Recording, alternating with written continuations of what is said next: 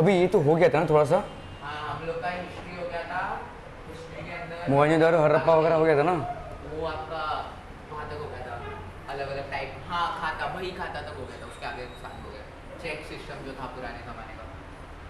हुंडी हुंडी। हाँ हुंडी वो सब, हाँ ये हो गया था ट्रांसपोर्ट से पहले, ट्रांसपोर्ट नहीं नहीं हुआ नहीं। ये होता है तो बैलगाड़ी चल रही है, हाँ, हुआ है, हुआ है। मेरे को याद है बैलगाड़ी चल रही थी, ये भी हो गया था। सर ऐसे फोटोज देख के थोड़ा क्लिक करके ट्रांसपोर्ट, ये भी हो गया था, कैलीकट, ओके। ट्रेडिंग कम्युनिटीज़, ये भी शायद था यार।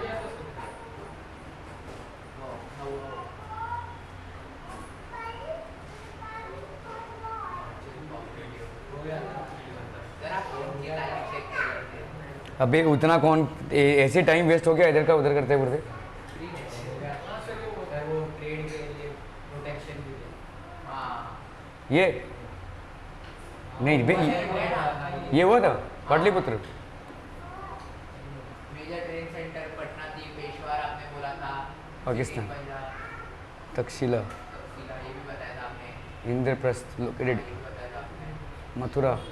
नहीं मथुरा नहीं बताया था, बहुत अच्छा है, बहुत दोस्ती है। इनकी बड़ी मम्मी होगी फिर, मेरे को ये आंटी नहीं है जो इसको लेने अरे बताना भाई ये हो गया क्या, बोल जल्दी बोल जल्दी बोल, वो ये नहीं हुआ ना मेरे को लग नहीं हुआ नहीं है। मथुरा। लड़के हैं, नहीं भेजूंगी।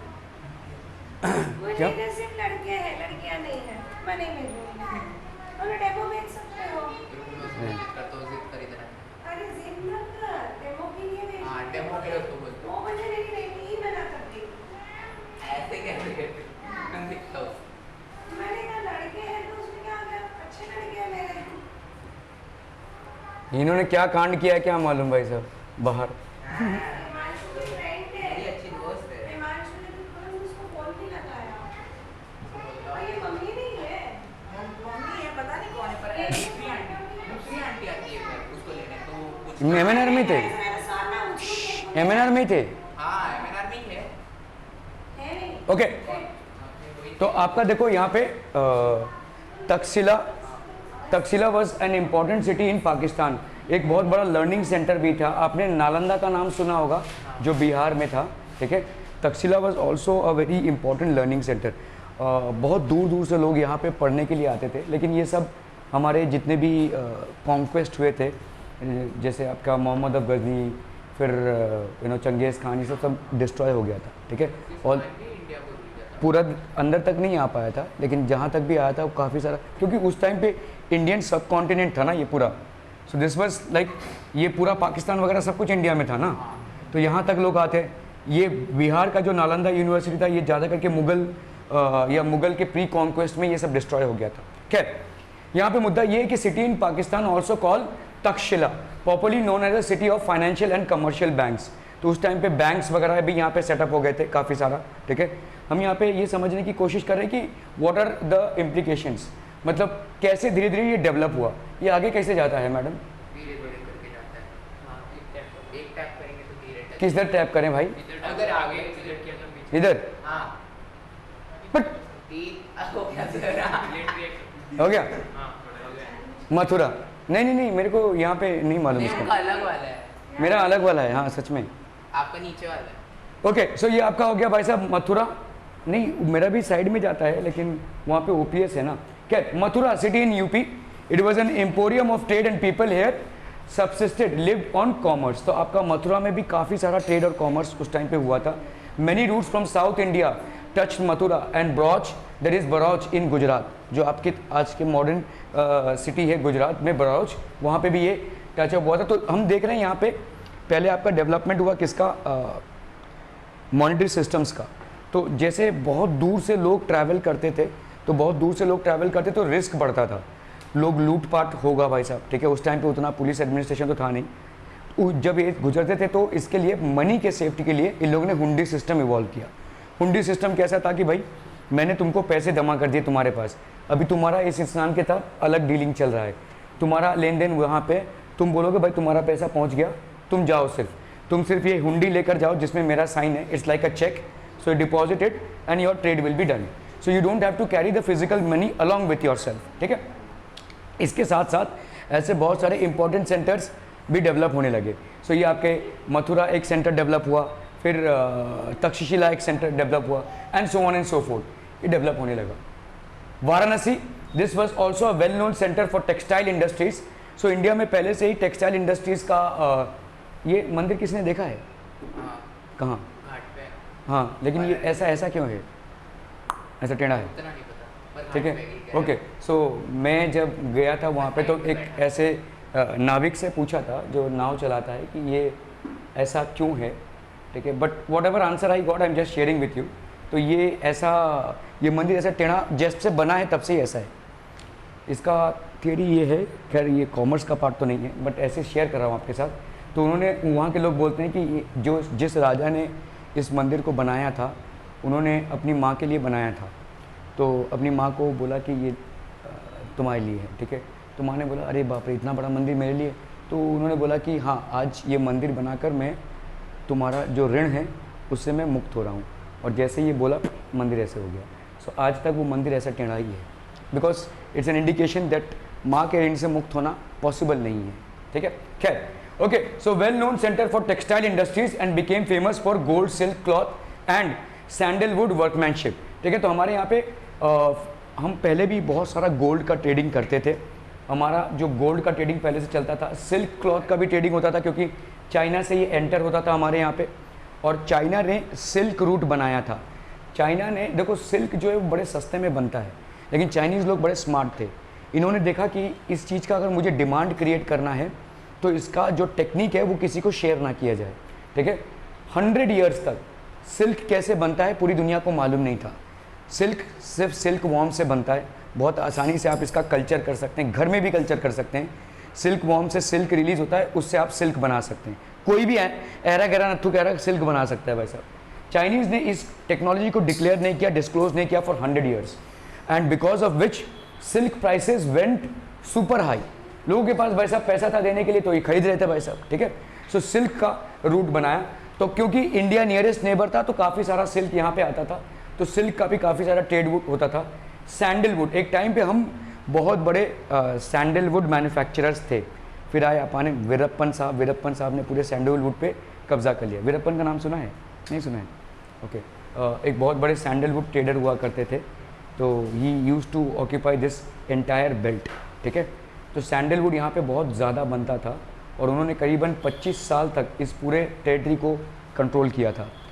मतलब काफ़ी सारे बड़े बड़े पॉलिटिशियंस को भी उन्होंने उड़ा दिया था। क्या छोड़ो, जैसे हम दूसरी जगह पे जा रहे हैं। सैंडलवुड एंड वर्कमैनशिप, ठीक है। तो सैंडलवुड पे और वर्कमैनशिप, हम बहुत पहले से ही सोना चांदी पे काम करने वाले एफिशिएंट लोग हैं। We have been designing jewellery for a very long time, ठीक है। और सैंडलवुड पे भी वर्कमैनशिप, सैंडलवुड का हाथी होती है, आपने देखा होगा, ठीक है, ये पहले से ही चला आ रहा है। सो ये सारी चीज़ें बहुत ज़्यादा फ्लरिश हुई इस टाइम पे। भाई चलो, वाराणसी से आगे भी तो है। अच्छा, पहले इसको कट करेंगे, okay.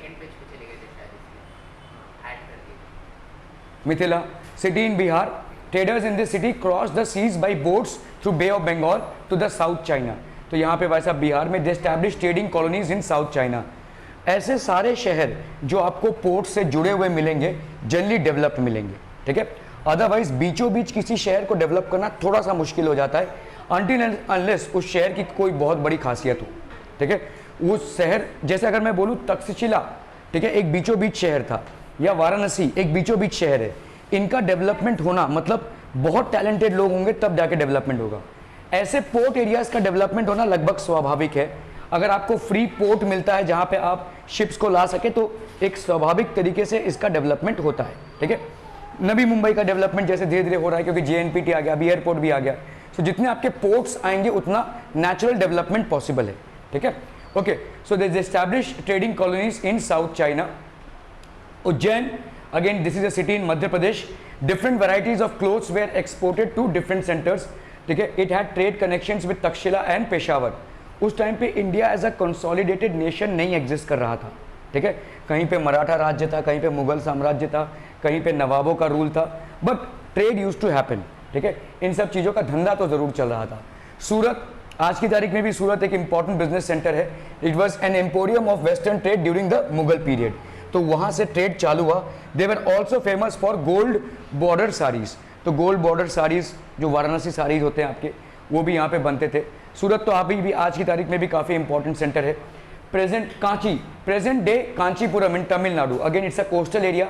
Chinese came here to purchase pearls, glass and rare stones, return they sold gold and silk. ठीक है, आज की तारीख में भी अगर आप ऐसे जगहों पे जा रहे हैं जहाँ पे फॉरेन टूरिस्ट ज़्यादा आते हैं, फॉर एग्जांपल जैसे गोवा हो गया या ऋषिकेश हो गया, आप देखेंगे ये फॉरेन टूरिस्ट, और आप इनका तो छोड़ दो, मुंबई में जाओगे ना तो मुंबई में आप लोग इधर गए क्या, जो हाँ नहीं बांद्रा जू साइड नहीं, प्रॉपर मुंबई जो आपका वीटी साइड है, जो आपका वीटी साइड से उतर के ना ऐसा हॉकर्स का एक लेन है पूरा, वहाँ पे भी आप देखोगे अगर फॉरेनर्स कोई आए होंगे ना तो इन लोग पर्ल्स, जेम्स और स्टोन्स देखते हैं, और हम लोग इनको बड़ा उल्लू बनाते हैं। ठीक है, लेकिन ये लोग देखते हैं।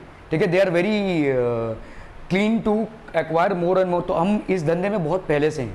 ठीक है, पर्ल्स, जेम्स और स्टोन्स के धंधे में हम बहुत पहले से हैं। तो यहाँ पे भी देखो पर्ल्स, जेम्स और स्टोन्स का तो इंडिया पहले से ही किन धंधों में बहुत पहले से है। एक तो हो गया आपका टेक्सटाइल्स, दूसरा हो गया आपका पर्ल्स, जेम्स एंड स्टोन्स पे, और तीसरा हो गया आपका स्पाइसेस। इन सब तीनों धंधों में पहले से हम बहुत ज़्यादा हैं। ठीक है, बहुत ज़्यादा हैं, अभी भी हैं। ठीक है, और इसीलिए हमारा मतलब ट्रेड विकसित हुआ है यहाँ से। Madura, the city in Tamil Nadu, it was the capital city of Pandya dynasty who ruled the trade of pearl. अभी यहाँ पे भी देखो पर्ल का, fisheries of the gulf of Mannar, shallow lake between India and Sri Lanka. तो ये गल्फ ऑफ मन्नार है, ज़्यादा यहाँ पे एरिया नहीं है, लेकिन यहाँ पे बहुत एक्सटेंसिव फिशिंग होती है। ठीक है, तो यहाँ पे फिशरीज थे भाई साहब। ब्रॉच, ये आपके गुजरात में है। Present day Bharuch in Gujarat, it was a major trade centre in western India. तो वेस्टर्न इंडिया में एक मेजर ट्रेड सेंटर था। ये सब हम ऐसे जगहों के नाम दे रहे हैं जहाँ पे बहुत सालों से धंधा होता आया है। ठीक है, present day Kaveri Pattam in Tamil Nadu, it was scientific. तारे तारे तारे तारे आस्ते आस्ते पूरी अरे वो आपको देख के डर रही है। नहीं। Okay, it was scientific in its construction as a city and provided loading, unloading and strong facilities of merchandise। अगर पोर्ट में, किसी भी पोर्ट में आपका लोडिंग और अनलोडिंग ठीक से होता है तो उस पोर्ट का विकास होना तय है।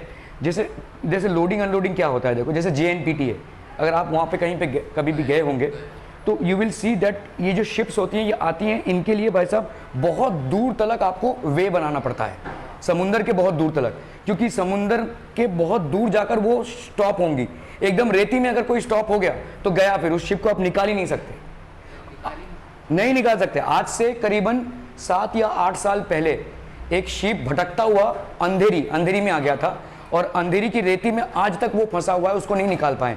उसको काट काट के निकालना पड़ेगा, बेचना पड़ेगा, उसको आप कुछ नहीं कर सकते, क्योंकि शिप अपने आप में बहुत भारी होता है। ये एक बिल्डिंग की तरह होता है भाई साहब, और वो अगर रेती बंदर में फंस गया आपका तो गया, you can not take it out. तो इसीलिए शिप का जो लोडिंग अनलोडिंग होगा वो डीप वाटर्स में ही होगा। तो अगर डीप वाटर्स में है तो आपको बहुत दूर तलक वे बनाना पड़ेगा, अंदर समुंदर के अंदर तक, ताकि आप लोडिंग अनलोडिंग को कर सके। और अगर आप वे बना रहे हैं तो वे भी बहुत स्ट्रांग होना चाहिए। ठीक है, तो it was a scientific in its construction. तो इसीलिए हम यहाँ पे बोल रहे हैं साइंटिफिक, क्योंकि अगर साइंटिफिक तरीके से आप कंस्ट्रक्शन नहीं करेंगे इस लोडिंग अनलोडिंग की तो वो अच्छा पोर्ट नहीं बन पाएगा कभी भी। कितना भी सपोर्टिव एनवायरनमेंट क्यों ना रहे, आपका पोर्ट अच्छा नहीं बन पाएगा। ठीक है, as a city and provided loading unloading and strong facilities of merchandise. तो स्ट्रॉन्ग फैसिलिटीज ऑफ मर्चेंडाइज, ये हमको देखो, तुम उस दिन जैसे पूछ रहे थे मोहनजोदारो हड़प्पा क्या है सर, तो ये हड़प्पा हो गया या मोहनजोदारो हो गया, ये सब हम मट्टी से खोद कर निकाले हैं। तो ये मट्टी से खोद कर ऐसे सिटीज़ हमको मिले हैं पूरे। ये लुप्त इसलिए हो गया, आंधी तूफान भाई साहब बहुत कुछ आया रहेगा, पता नहीं क्या क्या हुआ रहेगा, जिसके वजह से ये सिटीज़ ढक गए थे। फिर धीरे धीरे हिस्टोरियंस ने इनको निकाला है। ठीक है, तो बहुत एंशिएंट सिविलाइजेशन जैसे मेसोपोटामियन सिविलाइजेशन, ये इराक में हमको मिलता है। ठीक है, वो भी बहुत पुराना सिविलाइजेशन है, ये भी बहुत पुराना सिविलाइजेशन है। यहाँ पे हमको मिलते हैं अवशेष, जिससे ये पता चलता है कि धंधा बहुत पहले ही चालू हो गया था। ठीक है, it was also famous for perfumes, cosmetics, scents, silk, wool, cotton and also for ship building. ज़्यादा करके आपके पोर्ट्स जितने भी होते हैं वो शिप बिल्डिंग में होते हैं। जैसे आप अगर देखोगे मुंबई जो पोर्ट है वहाँ पे मझगांव डिपो है, ये मझगांव डिपो ज़्यादा करके शिप बिल्डिंग में है।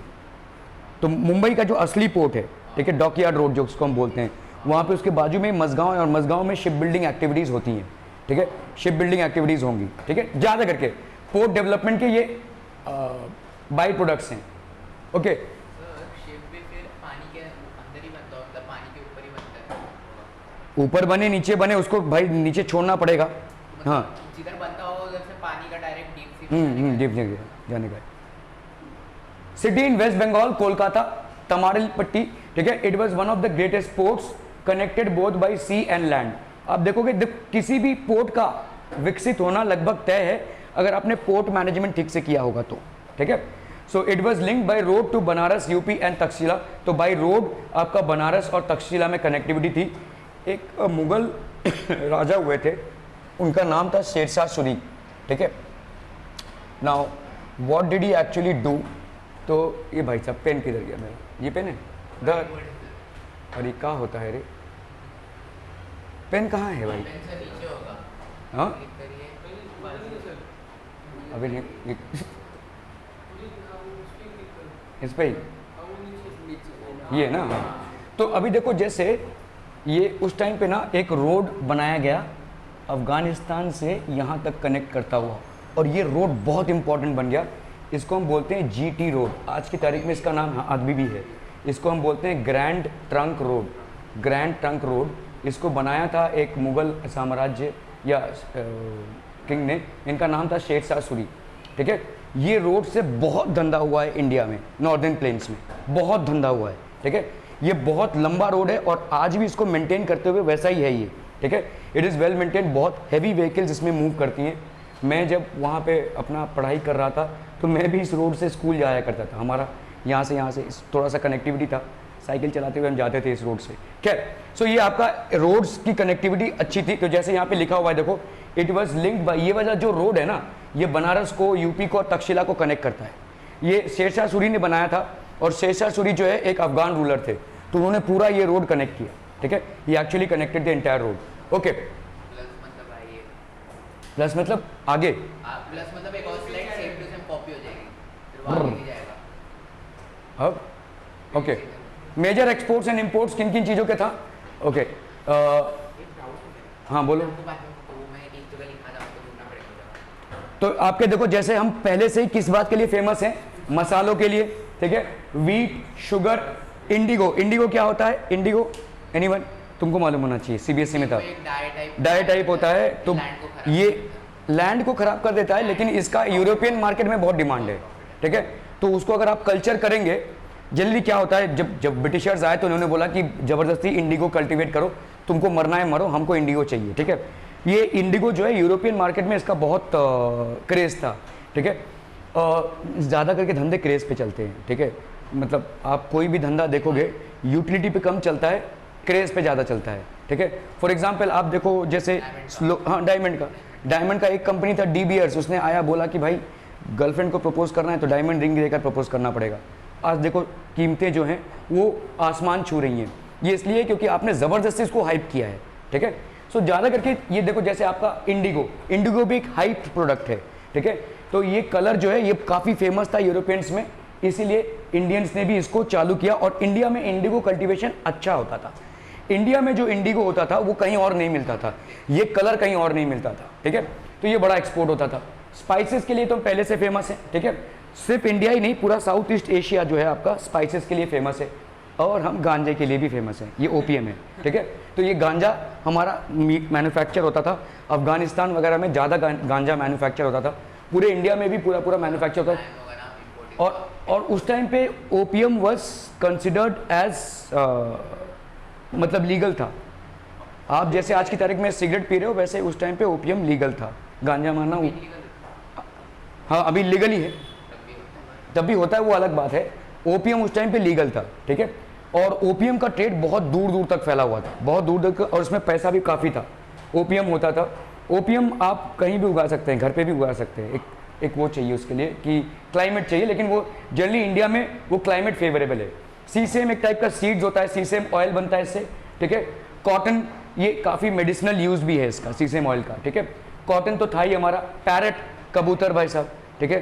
तो आपने देखा रहेगा कबूतर, वो पंडित जी बोलेंगे कि एक एक एक वो उठाओ तुम्हारा, हाँ उसमें तुम्हारा भविष्य रहेगा, हाँ ठीक है, ये सब चालू था भाई साहब। Live animals and animal products, गाय भैंस तो था ही भाई साहब, और एनिमल प्रोडक्ट्स भी काफ़ी ज़्यादा इस्तेमाल होता था, ठीक है। So these were basically traded in big, okay. Import items जो हम इंपोर्ट करते थे, मतलब बाहर से मंगाते थे, हॉर्सेस, अफगान हॉर्सेस बहुत, जो अफगानिस्तान में हॉर्सेस थे वो काफ़ी मजबूत थे, उनको मंगाया जाता था। एनिमल प्रोडक्ट्स मंगाए जाते थे। चाइनीज़ सिल्क, तो चाइनीज़ वालों ने तो सिल्क सबको एक्सपोर्ट किया, सबको उल्लू बनाया 100 सालों तक, ठीक है। इसको बिजनेस बोलते हैं एक्चुअली, कि आप बिजनेस का सीक्रेट रिवील ना करो, ठीक है, ओके। और कैसा होता है कि मतलब आपके अंदर ही अंदर पूरा इतना स्ट्रॉन्ग फाउंडेशन है कि किसी फॉरेनर में ये सीक्रेट रिवील नहीं होगा। हम अंदर ही अंदर सब जानते हैं, लेकिन किसी फॉरेनर को ही जानने नहीं देंगे। लिनन एक टाइप का फैब्रिक होता है। वाइन, ठीक है, हमको जब से दारू की आदत लगी, वो ब्रिटिशर्स आए और हमको दारू की आदत लगी, वरना हम तो सूरापंती पीते थे भाई साहब, है ना। मदिरा और दारू में फर्क है? मदिरा तेरा किसी भी इसमें से बन जाएगा।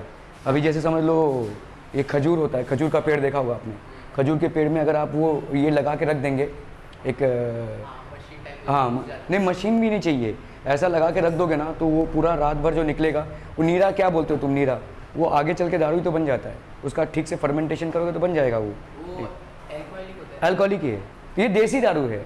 मैं बात कर रहा हूँ वाइन की। वाइन जो है वो एक प्रोसेस्ड दारू था, और ये ब्रिटिशर्स ने इंट्रोड्यूस किया यहाँ पे, उसके बाद हमको इसकी आदत लगी। गोल्ड, सिल्वर, कॉपर, ये सब तो था ही भाई, इंपोर्ट करते थे। Gold, silver, copper we use to import, ठीक है, ये हमारे पास थे, लेकिन हमको आइडिया नहीं था कि हम कैसे निकालते हैं इसको, तो मैन्युफैक्चर हो गया तो उसको इंपोर्ट किया है हमने, ठीक है। पोजीशन ऑफ इंडियन सब कॉन्टिनेंट इन वर्ल्ड इकोनॉमी, तो ये आपका इंडियन सब कॉन्टिनेंट है, तब सब कुछ था। देखो इसमें बांग्लादेश भी था, म्यांमार भी था, पाकिस्तान भी था, श्रीलंका भी था। The entire continent was there, it was known as the Indian subcontinent, ठीक है।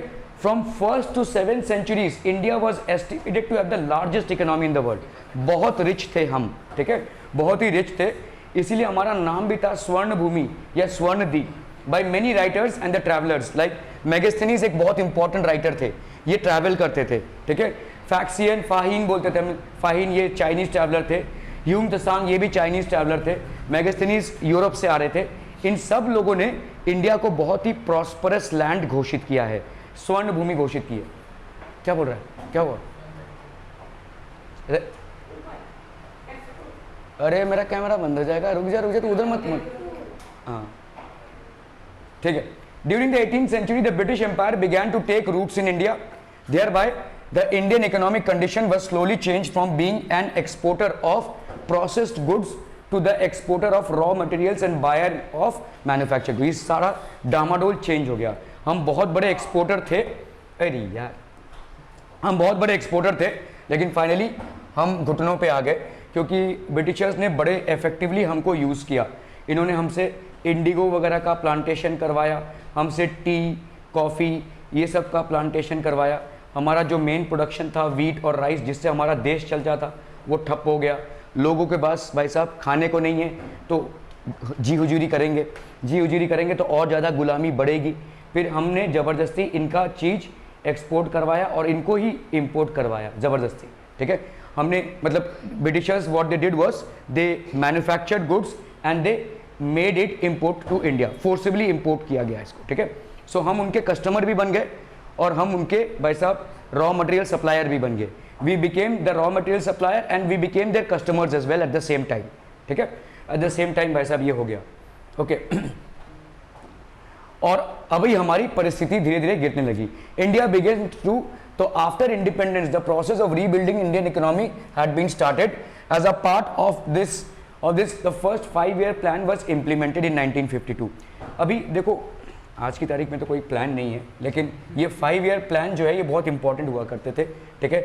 ये 5-year प्लान जो है, देखो प्लान अगर आपका है तो आप उसको इम्प्लीमेंट आज नहीं तो कल करने की कोशिश करेंगे, लेकिन प्लान ही नहीं है तो क्या ही कर लोगे।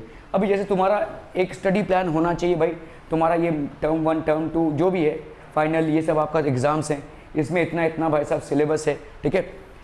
जो स्कूल अच्छा होगा वो ईयर के शुरुआत में ही आपको पूरा पूरा बता देगा भाई ये चैप्टर, भाई ये इसमें कवर होना है, ये टर्म्स में आने वाला है, ताकि you can plan your self well, ठीक है। अगर ये प्लानिंग से चल रहे होंगे तो आपके मार्क्स आने की संभावना ज़्यादा होगी, ठीक है। आपके अच्छे स्टूडेंट होने की संभावना भी ज़्यादा होगी अगर आप भी प्लान के साथ चल रहे होगे, ठीक है। ज़रूरी नहीं है कि आप एकदम प्लान के साथ ही सब कुछ कवर कर पाओ। तो प्लान्स कैसे होते थे, जैसे अभी बहुत सारे डिमांड्स में है, जैसे समझ लो ये कंट्री है, एजुकेशन इसका एक सेक्टर है जिसको डेवलप होना है, इंडस्ट्रीज इसका एक सेक्टर है जिसको डेवलप होना है, एग्रीकल्चर इसका एक सेक्टर है जिसको डेवलप होना है, लेट्स से आपका ट्रांसपोर्ट एक सेक्टर है जिसको डेवलप होना है, हेल्थ एक सेक्टर है जिसको डेवलप होना है। ये बहुत सारी ऐसे सेक्टर्स हैं जिनको एक साथ डेवलप होना है।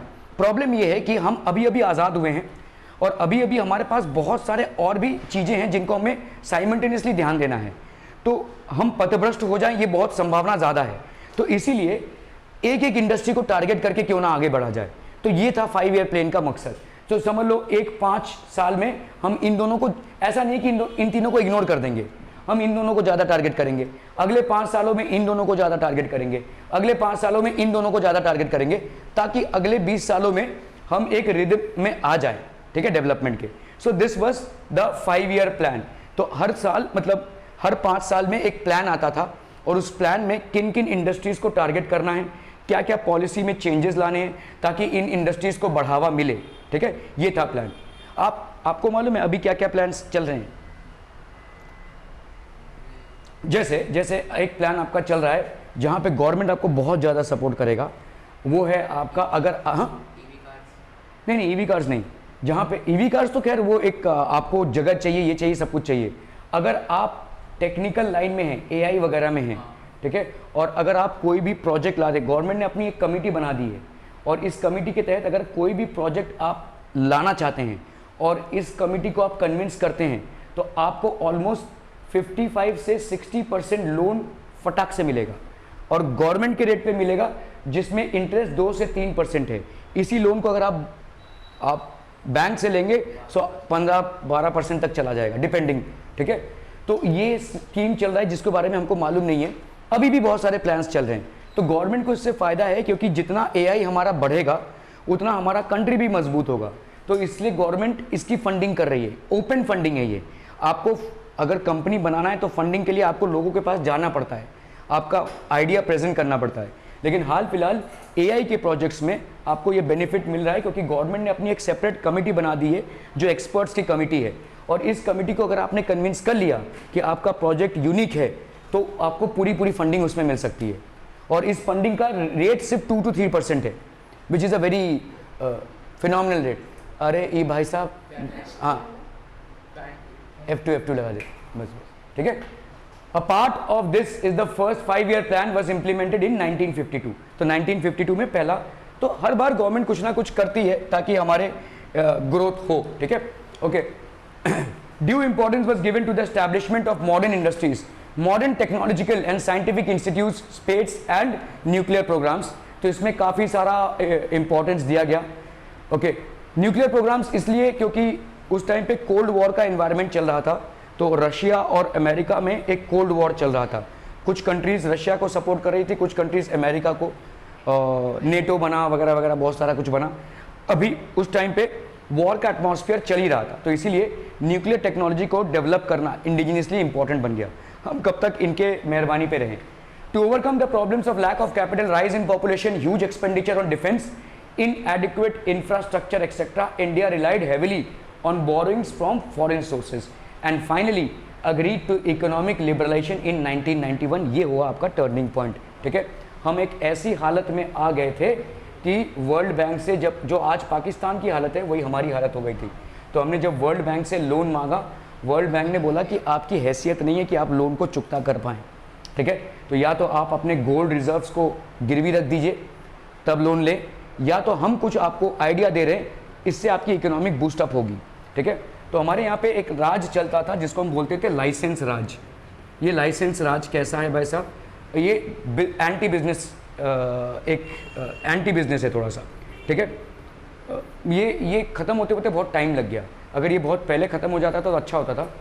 आपको एक किराने की दुकान भी लेनी हो ना तो आपको इतने सारे लाइसेंसेस उसमें लेने पड़ेंगे कि सरकारी दफ्तर के चक्कर काटते काटते आपके जूते घिस जाएंगे, ठीक है। So people used to give up on business.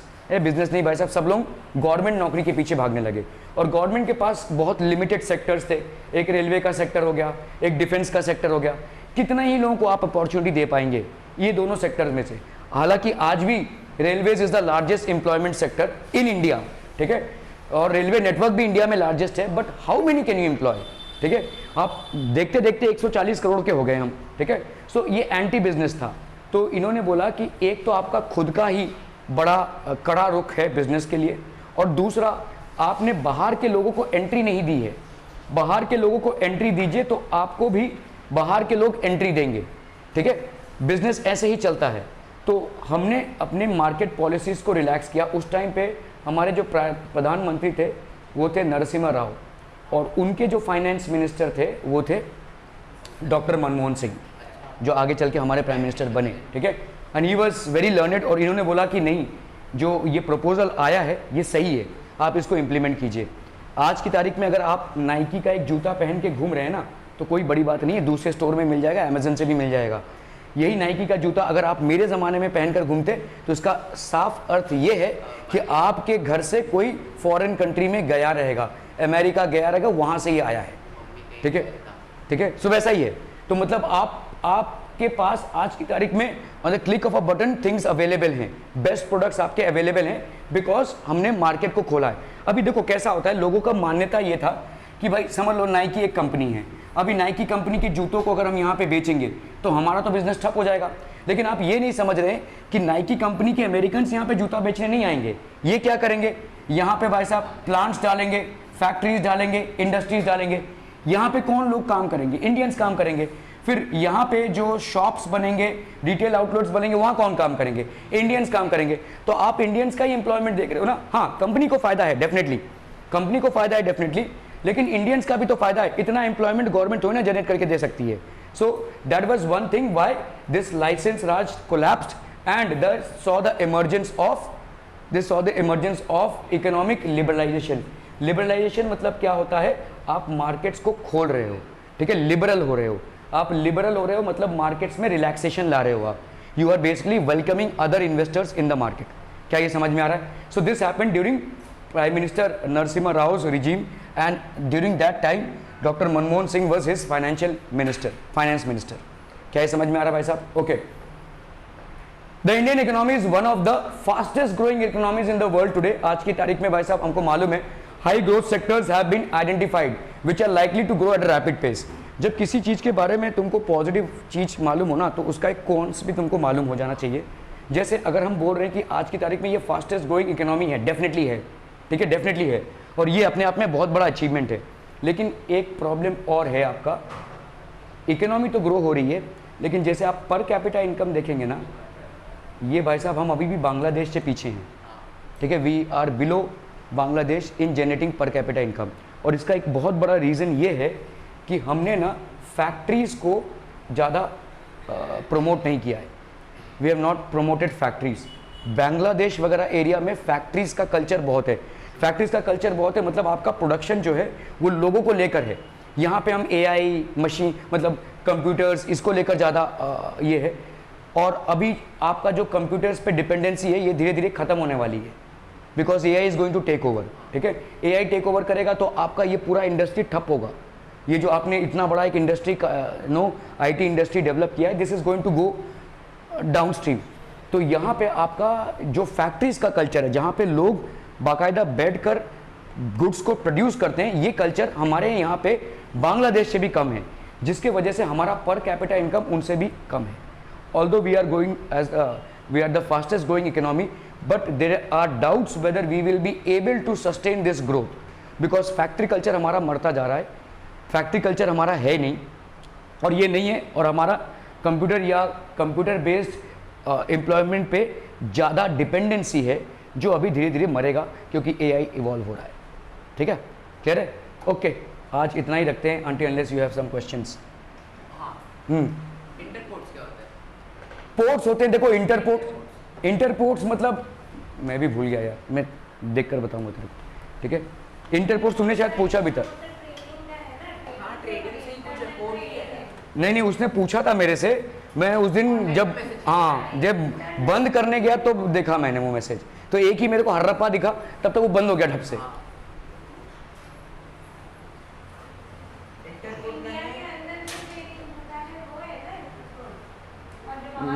नहीं पोर्ट है, पोर्ट बोल रहा है वो, पोर्ट इंटरपोर्ट पोर्ट होगी ना हाँ मुझे नहीं मालूम, मैं फिर भी पता करके बोलता हूँ। कुछ मैंने